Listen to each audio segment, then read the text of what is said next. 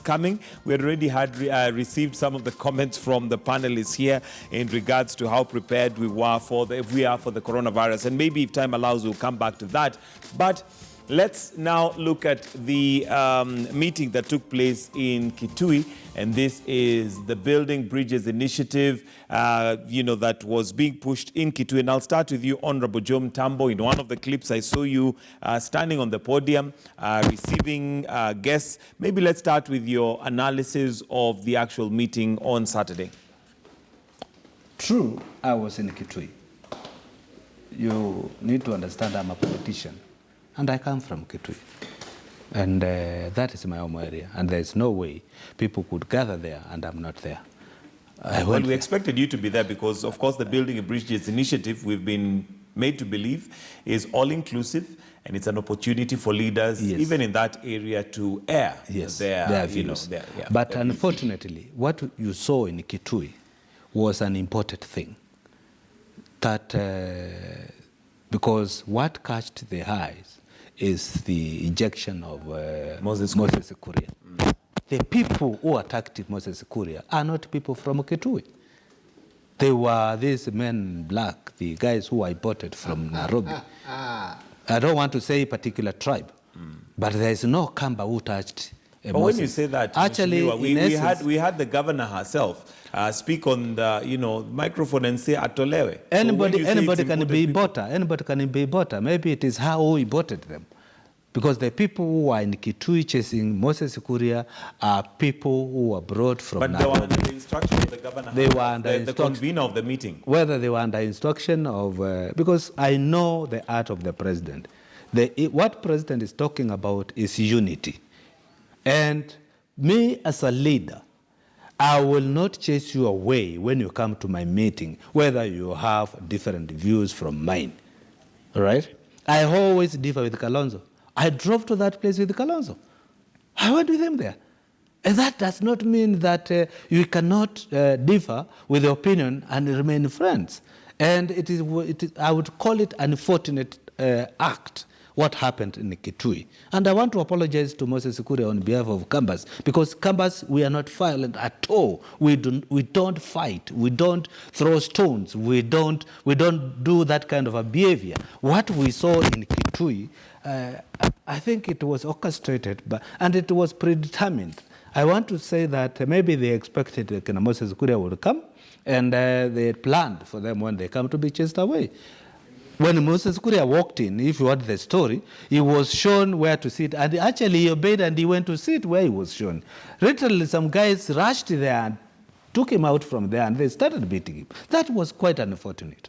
It was quite unfortunate. It's something which you cannot control. All right. Michael Agwandi, your thoughts on what happened in Kitui. Of course, we also do have the master of ceremony for the day apologizing to Moses Kuria and saying that that was not meant to be. But of course, we cannot ignore the fact that the governor herself is the one who was somewhat, saying that he should be ejected.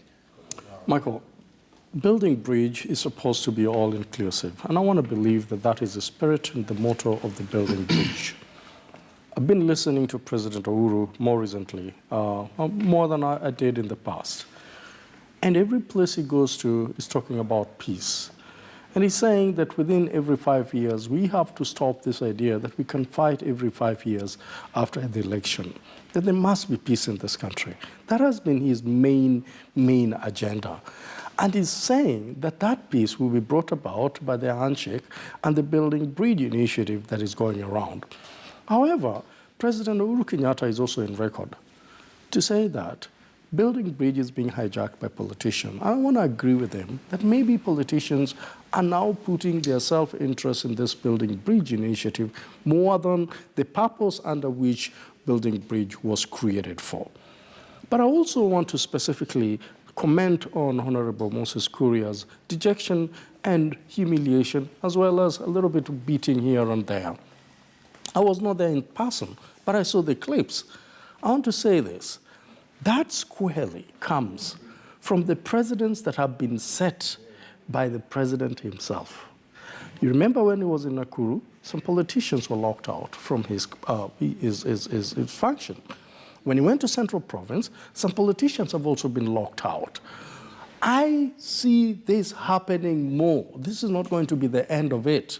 If the president is unhappy with certain people that have been constantly insulting him and calling him name, I think he's suddenly realizing that I have got to do something about these individuals who are leaders but are constantly calling me names and insulting me and sort of just have no respect for me for that reason. Honorable Guru, Her Excellency has come out very clearly, and many other leaders that have said that the presidency must be respected for that reason. Now, if Honorable Guria goes to Kitui, for example, and is ejected out of this place and he's humiliated, I can tell you that those people who did that did it squarely on the basis of the president that have been set on some leaders being locked from the president's function. And I can also say this, if this continues like this, then we're going to see more of really disintegration of BBI than the inclusivity part of it. But I have to say this again. When you see leaders in this country saying that we support BBI and we will go for those BBI meetings, but 1 minute they're saying we are going to do our parallel meetings, and 1 minute they're saying, but those BBIs are only specifically for this, and they still come to those BBI meetings. As a politician, as he's saying, the politicians there will know that these people are coming but to rock this thing from within, not necessarily to support it. I pray that the politicians that have been with Kutanga group will say enough is enough. The enemies of the vice president are not necessarily our enemies as individuals, because there is something beyond politics in terms of relationship. If the president and the deputy president seem to have problems, I don't see how the likes of Murkomen and many others, including the president's MP himself, Moses Kuria, going to an extent of trying to make the president their enemy. If they carry that over to the BBI meetings, they will have problems. And that is why perhaps they're not being given an opportunity to talk. All right. Do you agree that this could just be a consistent modus operandus when it comes to the meetings that the BBI is taking, where we have certain individuals who possibly have divergent views or who have been viewed to be disrespectful to the president will not be allowed? Let's call a spade a spade. Let us be very clear. I have never seen any movement that Honorable Raila has led where he has not fought enemies. I've never seen anything he has led where everybody is welcome, where people come in. He seems to have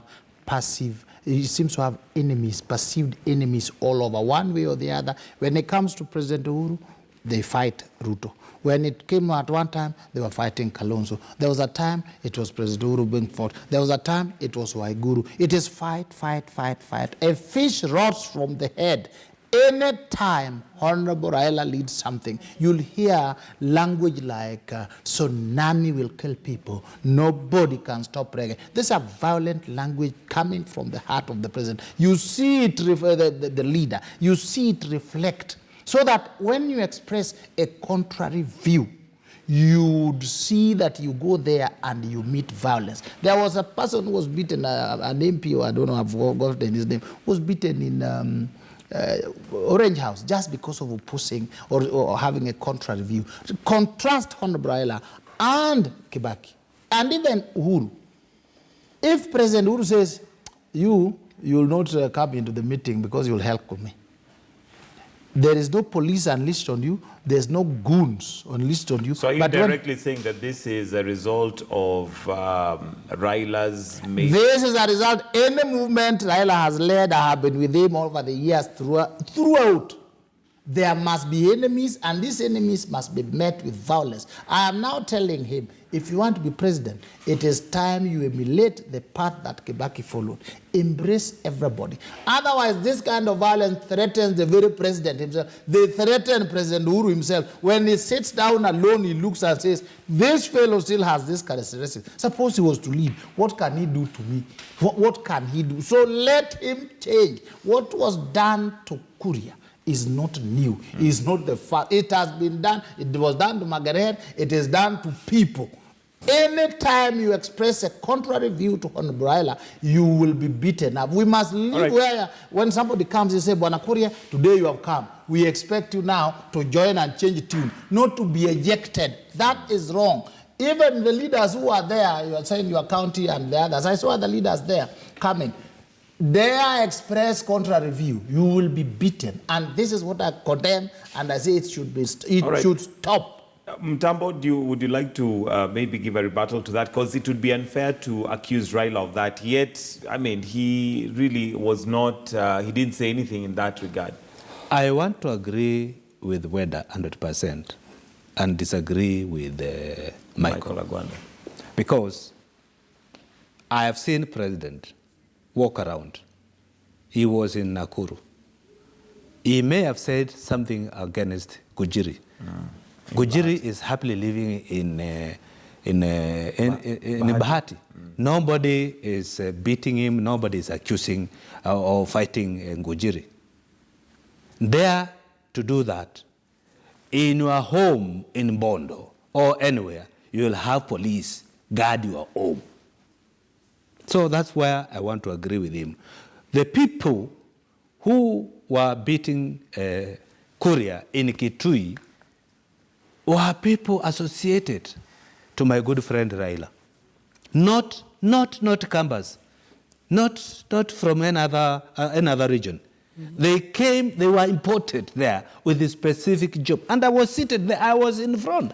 And I wonder when somebody says I was dancing. Actually, I was just watching what was happening. I was so calm looking at what is happening. And those people who are there, I know them. I have been a football administrator. And I meet them in Gor Mahia's match. I meet them.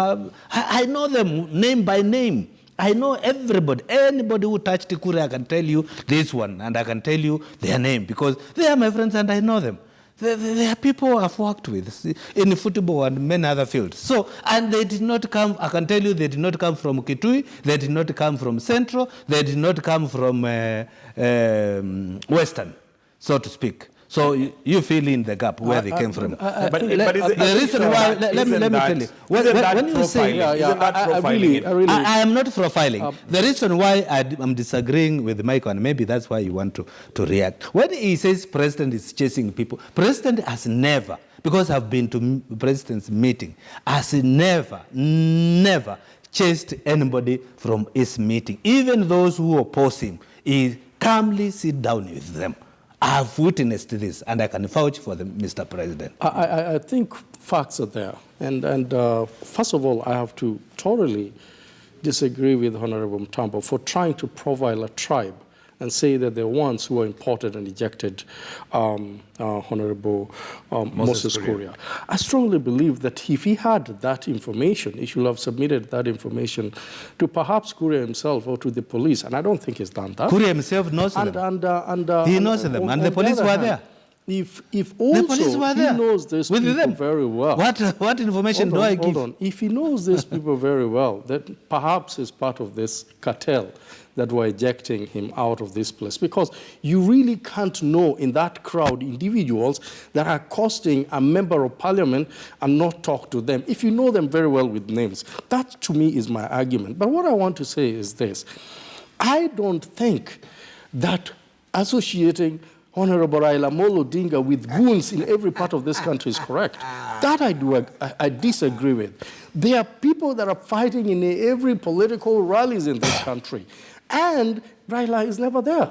When we had nominations, whether it was ODM, whether it was Jubilee, whether it was those many other parties, there were problems everywhere, and people were beating one another. Those people are not imported by Honorable Michael, we are discussing Kitui, and we are being specific here. No. We are being specific here. We are discussing about Kitui, and I'm telling you what I saw. He was not there. I think it'll be unfair. Hang on, it'll be unfair for us to accuse Raila Odinga without facts and figures. Yes, you were there, and you say you saw him individuals who you know.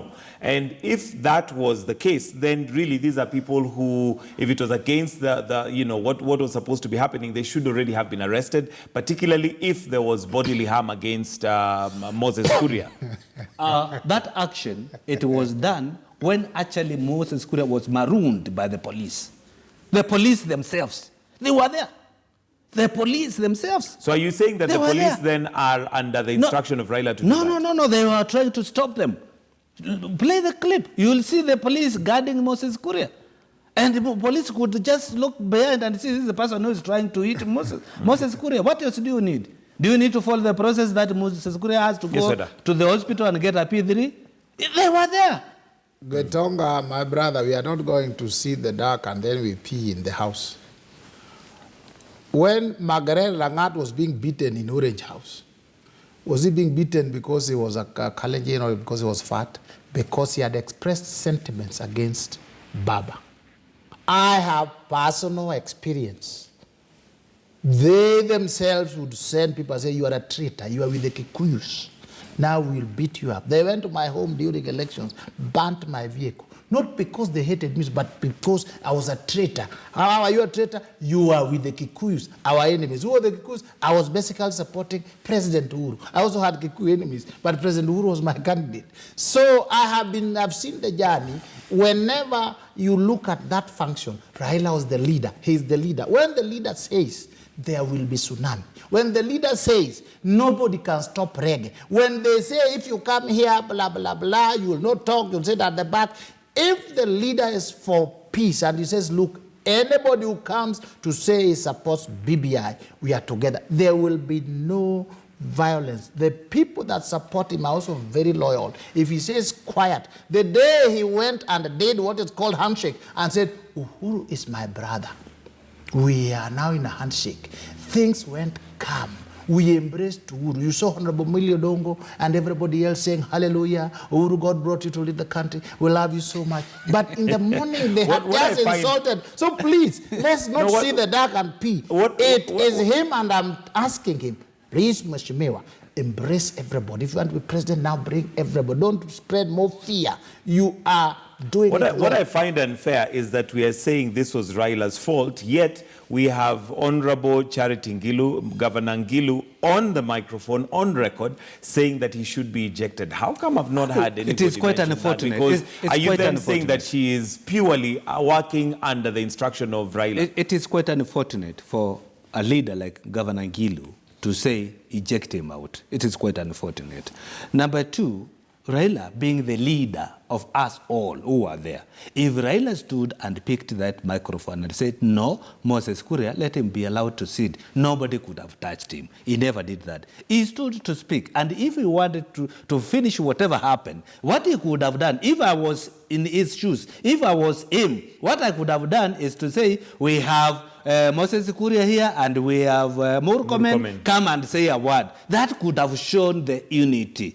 That could have shown, but they were not even given a minute to say jambo. They were not given a minute. Why? Because they are perceived to come from a different section of this BBI thing. And my understanding is BBI is one. And Jesus himself said, whoever is preaching the gospel, let them do so long as this is the gospel, the same gospel they are talking about. It is good. Let them talk about it. So I think if we want to win this war of fighting, we need to embrace each and I said this before, we need to embrace each and everyone, despite whether they have divergent views or not, we need to embrace them so that this country can heal. What we are trying to do, we are trying to pile anchor in other places, and this is not right. I will not condone it, whether it was done in Kitui or where, or it was who was there. I expect people who are in a leadership role to take that mantle ahead and take the bull by the horn and say, this is wrong, let us not do this. Because I've not seen, and I repeat here, and I dare say, I've never seen my good president say, eject him out. Okay. And I don't know where Gilo got that narrative. Michael Agwanda, you'll have to accept that, or rather, maybe, I don't know if you accept that that was a golden opportunity for Raila to actually show that this is a meeting that all are welcome and divergent views are agreeable. It is unfortunate, or rather, it stands out that they did not give Murkomen or Kuria or anybody with a divergent view an opportunity to speak. I really want to say that I disagree with my two brothers on principle. They have no evidence to prove that Raila was involved in that violence. And again, they have no evidence whatsoever to even bring up these individuals, especially the way Honorable John Tambo is saying, that they could be coming from a specific region, which I really think is profiling, and that is an insult to that community, if that's what he wants to say. I will not agree with him 100%.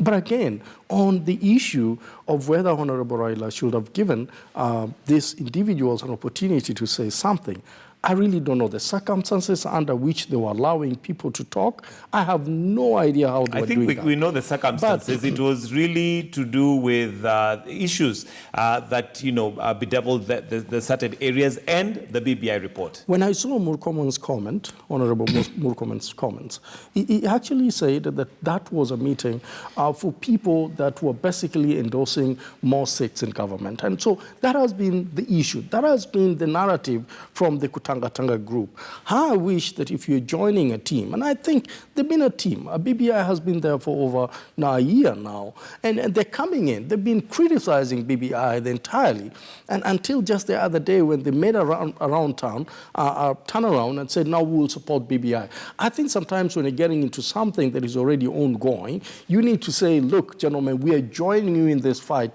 We might have some differences, but you don't say we are joining you, and then the next minute you're holding another press conference and saying, this is how we're going to, it's going to be under our term. We're going to take the leadership. And, there are people that are already there. So when you're getting into something that is already ongoing and you want to take it over, you want to, I'm imagining, because that's what they said. They will take leadership. They will steer ahead the whole thing. There must be an acrimony between you and them. And for that reason, I really think if they want to join BBI, I think they need to join BBI with a clean heart and say, look, gentlemen, we might have some few differences, but here we are. We want to work as a team. But not as soon as the meeting is over, you go and hold a contrary press conference against what these people are saying. I think that hot and cold is what must stop if we really want to be in unity. Are you appearing there so that you're seen to be part of it, or you're appearing there because you believe in it? If they don't believe in it, I will say this. Let them wait, because they're members of parliament, the Senate. This thing will eventually come to the Senate and parliament. Let them discuss it there, include what they want. But for now, if they want to drive the BBI, they need to agree with the BBI. I think my friend here is misplaced. All these meetings, the one which started in Kisii, Kakamega, Mombasa, and also in Kitui, where I was also present, I thought those meetings are really fronted by the BBI initiative team. The team announced that they will start their meetings on 5th. Okay? So all these meetings, if you ask me, they are misplaced. Because we are going there with no vision, we don't know what we are selling. And you're part of it. I said I went there because it's my home. I will invite you, even if you don't know what you came to do in my place. I will invite you. I'll come to welcome you. These organizations, these meetings, I think they are premature. That's what I would call them. Because the BBI itself is not yet ready. They said we'll start on 5th. This meeting started way back. And when you ask yourself, what is this we are taking to the people, you cannot say. Because what we launched in Bomas of Kenya, according to my understanding, is being people are there to do panel beating, to come up with something else. And it is that something else which we should be now campaigning for, if you ask me, my opinion. So when you say there's someone who has a right to hold a meeting and the other one do not have a right, all Kenyans have right. If you have decided to hold a meeting prior to, let also others have meeting prior to, so long as they are talking about the same thing, BBI. So we cannot sit here and say these ones are wrong and these ones are right. Actually, the ones you perceive to be right, maybe they are the ones who are wrong. They could have waited for BBI initiative team to start hearing. Then now, since now we know what is being campaigned for, then we go out full blast. Yes. All right. Well, then let me come to you. Yes. And of course, there are issues that the people of Kitui would probably have wanted now included. And our understanding of these BBI rallies is that it's an opportunity for the people in that area to give their views and what they would want included in the final report, so that by the time, if we're going to a referendum, it is clear what the people in different regions want to, sort out the 9 points. Do you feel that Kitui had an opportunity to do that, and they did that effectively? I really don't think the Kitui people had any agenda for the BBI. It is, they didn't set out what they wanted done. They didn't set out views. It was not handed over. The BBI people are not there to receive those views in a way that is required.